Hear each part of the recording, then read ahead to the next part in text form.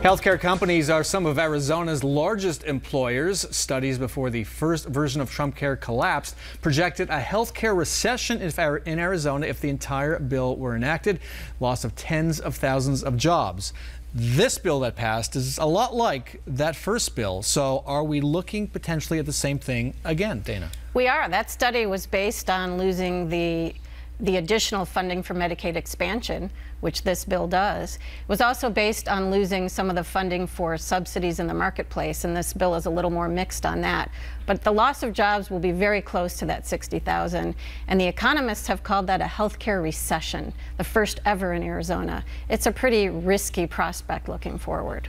How do you view that? 1/6 of our economy being rejiggered in the middle of the night, not knowing where it's going, and again, whether you have a stake in this or not, those are a lot of jobs. Yeah, it is a lot of jobs, but I think what a lot of people are concerned about, whether it's in D.C. or in our capital, this nation's $20 trillion in debt, and at some point we need to kind of pull that back a little bit. And if Washington, D.C. is paying for many of these jobs, that isn't terribly sustainable looking at that kind of a debt level. So if there's any way we can diversify it and make these jobs appear by providing great services for people, attracting people to our state from other states, especially California, then I don't think the impact will be that dramatic. We keep growing in size, and I think therefore healthcare will keep growing as a sector. But do we know, given that we don't really know the impact of this bill, it doesn't appear to be paying attention to jobs. Right.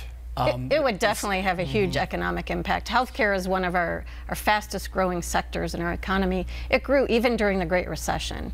And there's a lot of talk about sustainability. What we know is not sustainable is millions of Arizonans not having health insurance, not being able to pay for their prescriptions, being shut out of life-saving treatment. That is not sustainable. And we know that's not what Arizonans and Americans want. So we are counting on the Senate to be that deliberative body they are so proud of being, and to really look more closely, spend the time, and also to listen to Americans, to doctors, to hospitals.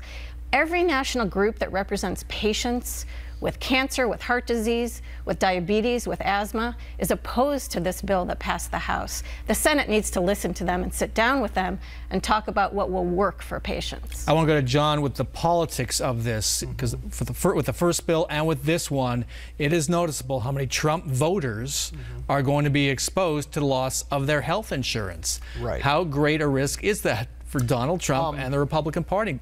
I think politically it was a good fix short term, but short term only. We don't know what's going to come out of the Senate, but they're in some, I know Democrats, after this bill was passed in the House, they were saying na na na, hey hey, goodbye to their fellow congressmen. A little bit of smack talk there. Right, some smack talk, but still it's very dangerous, especially because so many people are like, well, what's in this bill? What's going on? So it was passed so quickly and with so few meetings about it, especially not public meetings, that it really remains to be seen what the impact is going to be. It's very high risk, it's very high stakes, and I don't see how it could be a positive in the long term for the party unless the Senate changes it dramatically or it's spun in a pretty amazing way by the White House. Do you think all the Arizona Republican members of Congress who supported this face that risk with that vote? I think they definitely face that risk, and we're already seeing it now with senators and representatives wondering, okay, on this issue I support the president, on this one I'm not so sure. It's a very delicate dance they're playing.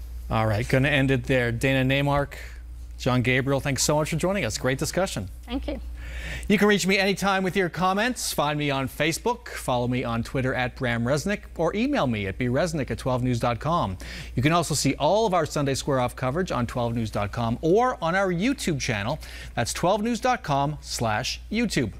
That's our show for this week. Thanks very much to all of our guests, and thank you so much for joining us. See you back here next weekend for another round of Sunday Square Off.